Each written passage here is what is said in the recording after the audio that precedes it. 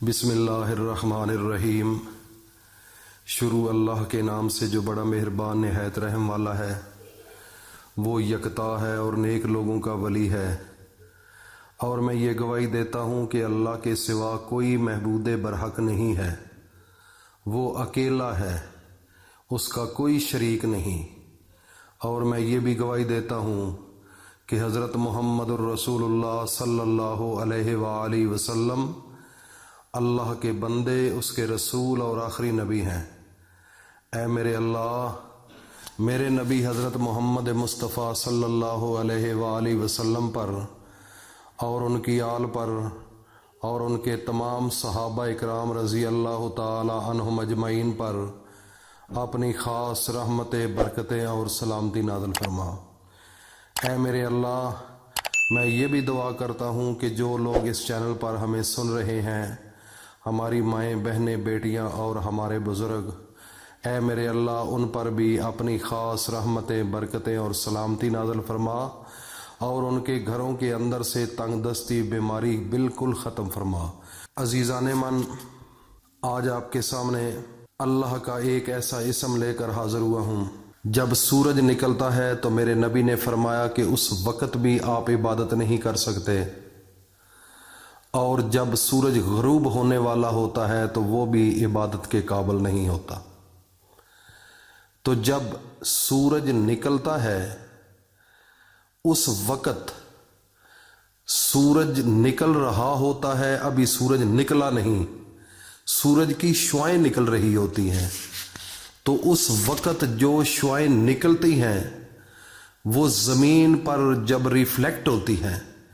تو وہ انسانی جسم پر انتہائی نقصان کرتی ہیں۔ یہ میری بات بڑی غور سے سننے والی ہے میرے بھائی اور دوستو۔ جب سورج نکلتا ہے، نکلنے سے پہلے شعائیں نکلتی ہیں، اور اس وقت جو شعائیں نکلتی ہیں وہ انسانی جسم کے لیے موزوں نہیں ہوتی۔ یہ سائنس کہتی ہے، لیکن سائنس تو اب یہ بتا رہی ہے،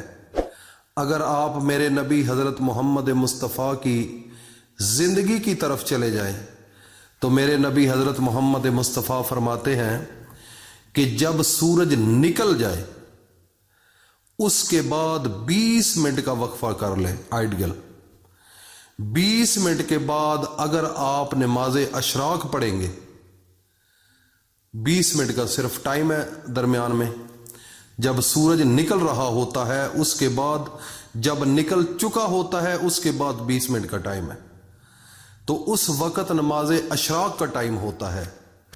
تو جب نماز اشراق کا ٹائم ہوتا ہے تو جو اس وقت سورج کی کرنیں ہوتی ہیں وہ انسانی جسم پر اتنی مفید ہیں کہ سائنس کہتی ہے کہ اس قسم کا علاج ابھی تک پوری اس ٹیکنالوجی میڈیکل سائنس کے اندر آیا ہی نہیں ہے، جو وہ سورج کی کرنیں انسانی جسم کو فائدہ پہنچاتی ہے۔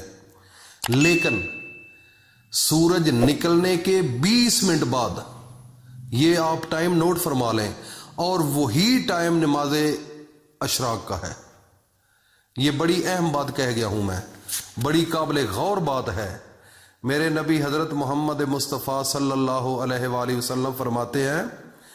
کہ جب انسان فجر کی نماز پڑھ لیتا ہے تو فرض نماز کے بعد جس جگہ پر بیٹھا ہوا ہے وہی بیٹھا رہے، اور جب نماز اشراق کا ٹائم ہو اس وقت اسی مصلی پر کھڑا ہو کر اگر انسان نماز اشراق کو ادا کر لیتا ہے، نوافل ہیں وہ، نماز اشراق کے نفل ہیں وہ، اور جو انسان اسی جگہ پر پھر نفل پڑھتا ہے، اس نفل پڑھنے سے پہلے اسی جگہ پر بیٹھ کر اللہ کا ذکر کرتا رہتا ہے، تو میرے نبی حضرت محمد مصطفیٰ فرماتے ہیں کہ اس انسان کو ایک مقبول حج اور ایک مقبول عمرے کا ثواب اسی وقت اس کے نامہ اعمال میں لکھ دیا جاتا ہے۔ تو میرے بھائیوں اور دوستو، کتنی بڑی غنیمت ہے ہمارے لیے یہ وقت جو دنیا کے اندر ہم گزار رہے ہیں۔ اور ہم اصل ٹاپک کی طرف چلتے ہیں کہ جو ٹائم ہے اشراق کا، اس وقت جو سورج کی کرنیں ہوتی ہیں